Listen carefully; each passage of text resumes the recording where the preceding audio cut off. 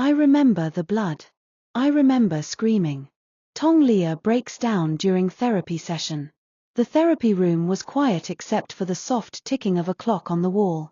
Tong Liya sat on the couch, shoulders stiff, eyes staring into the space ahead of her. Jerry Yang was not in the room. He wasn't allowed to be, not today. Today, it was just her and the truth. The therapist gently asked, "What do you remember from that night?" For a long moment, Liya didn't speak. Then, in a voice barely above a whisper, she said, "I remember the blood. I remember screaming." The words hung heavy in the air. "I couldn't move," she continued, her hands trembling in her lap. "Everything was spinning. I saw my hand covered in it, and I didn't know if it was mine, or the baby's." Across the hallway, Jerry stood with his back pressed to the wall, fists clenched, forehead damp. He wasn't supposed to hear anything. But even through the thick walls, her broken voice carried. And it shattered him. "I thought I was going to die," Liya said, her voice cracking. "And worse. I thought my baby already had." The therapist remained silent, giving her space. "I begged the nurses to save her.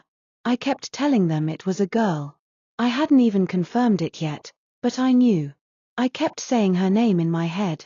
But they wouldn't let me see her. Jerry wasn't there yet. I was alone. Alone and bleeding." Her chest tightened, hands wrapping around herself like she could somehow still hold on to the life that almost slipped through her fingers. "They kept saying stay with us, stay awake, but I didn't want to. I wanted to leave. I wanted to close my eyes and stop remembering the pain."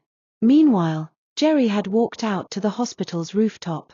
The city skyline stretched before him, but it looked blurred through the tears he was too proud to let fall in front of her. He leaned on the railing, staring down into the world that almost took everything from him. Just a week ago, he had almost lost her again. One second they were having breakfast in bed, her laughing at the way he over-buttered her toast, and the next she was clutching her abdomen, gasping for air. The ambulance couldn't come fast enough. Jerry had driven like a madman, horn blaring, yelling at cars to move. But no matter how fast he drove, he couldn't unsee the way she looked at him, pale, afraid, whispering, "Don't let me go." In the hospital, doctors rushed her into surgery while he stood powerless, surrounded by noise and panic. His mind went to places darker than he dared to admit. He replayed that night over and over, her screams, the blood on his hands as he held her in the car, the lifeless way her arm dropped when they pulled her away. Back in therapy, Liya's breathing was uneven now. "Do you know what it feels like to hear your heartbeat fade into a machine's rhythm? To know that at any second, that line could go flat?" I wasn't scared for myself. I was scared for him. For Jerry. Because I knew, if I didn't make it, he wouldn't either. She paused, looking at her therapist. He already lost his mother in a hospital like that. I saw it in his eyes that night. He looked like a boy again. Lost. Terrified. And all I wanted was to hold him. But I couldn't even hold my own body together. Tears streamed down her face now, but she didn't wipe them. She needed to let them fall. The therapist nodded softly. "Have you told him this?" Liya shook her head. "He thinks I've forgotten. But I remember everything." Jerry had returned to the room now. Therapy was over. He sat next to her, gently brushing a strand of hair from her face. "You don't have to talk about it," he said. She looked up at him with eyes red but clear. "But I want to." That night, Jerry lay beside her, watching her sleep. The memory of her body convulsing in his arms wouldn't leave him. He hadn't slept since the night she almost died. He kept waking up to make sure she was still breathing.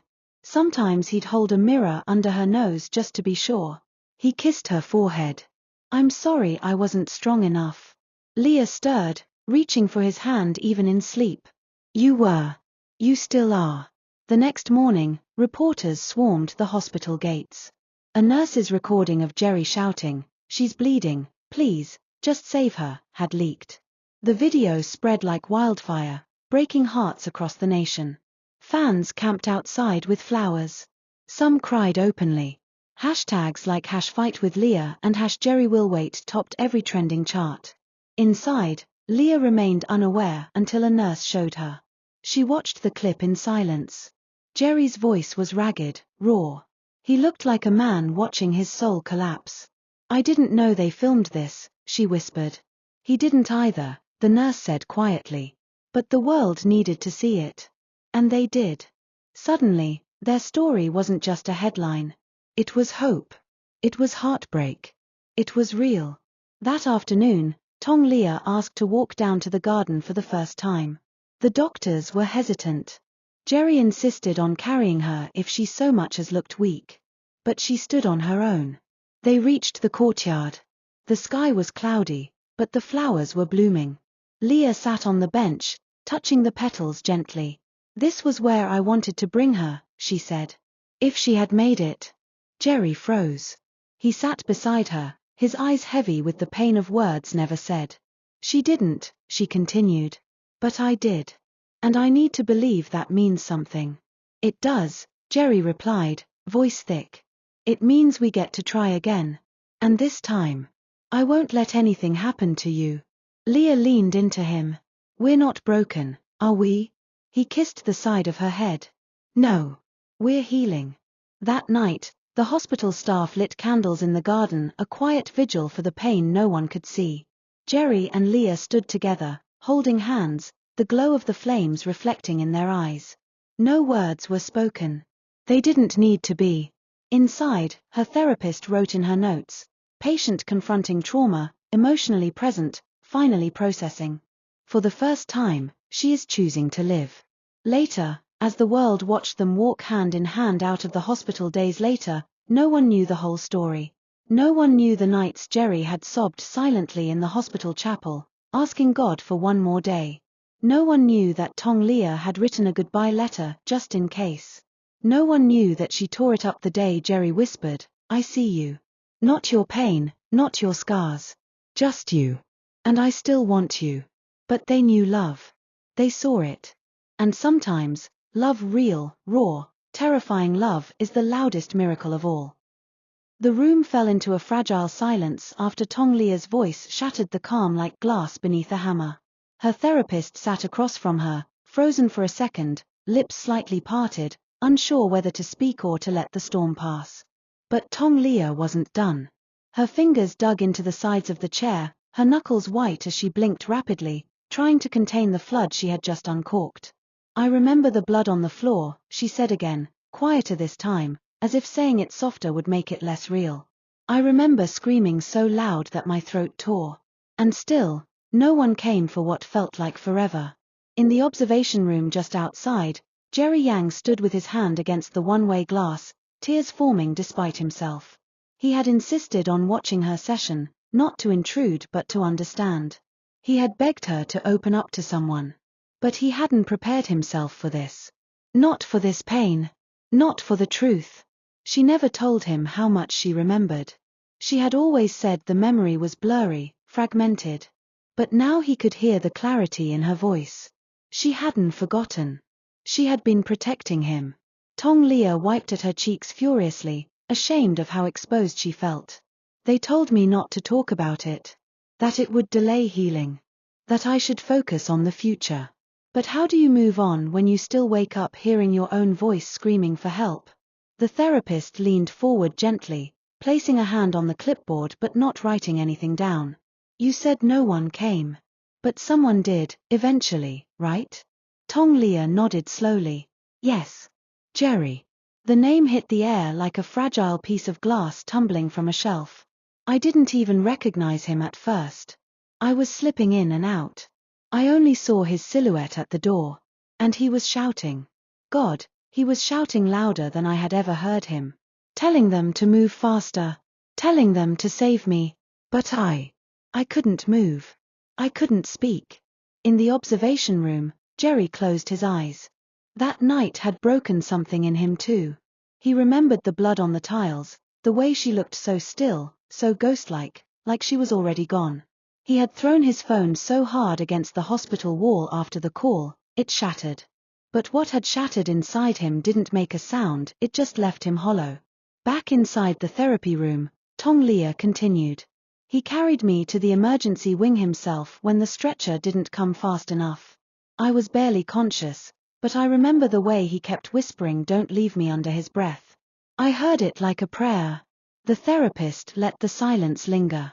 And Tong Liya, for once, didn't fill it with avoidance or forced strength. She just let the moment be what it was. Fragile. Real. Human. I think I held on, only because of that voice, she whispered. Even in the dark, even with everything fading, that voice gave me something to come back to. The therapist finally spoke. Do you feel safe with him now? Tong Liya hesitated. That's the thing, she said. I've never felt more safe. And I hate it. Because if something happened again, if I lose control again, it'll break him. And I can't be the reason he gets hurt.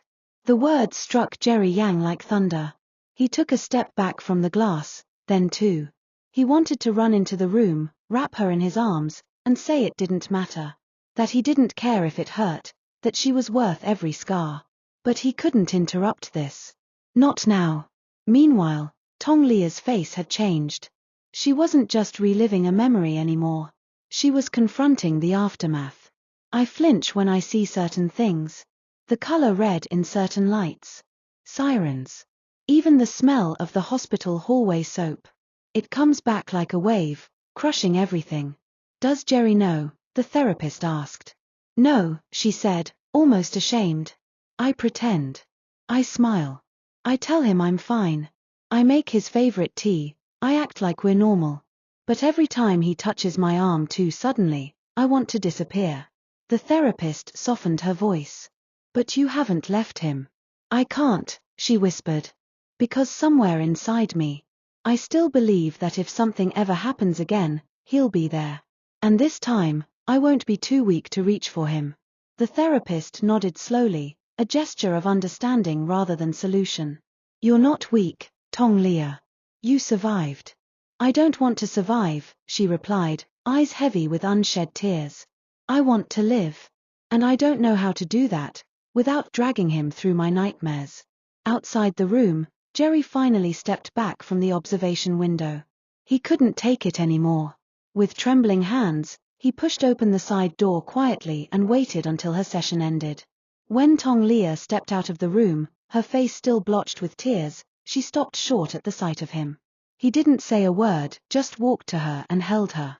Not tightly, not with desperation, but with a gentleness that made her break again.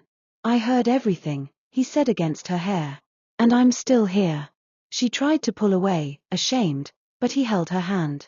I'm not afraid of your past. I'm only afraid of a future where I'm not next to you. Her throat tightened. But I'm still broken. Then let's be broken together, he said. And for the first time in months, she didn't flinch. She leaned into his chest, listened to the rhythm of his heart, and realized maybe healing wasn't about forgetting.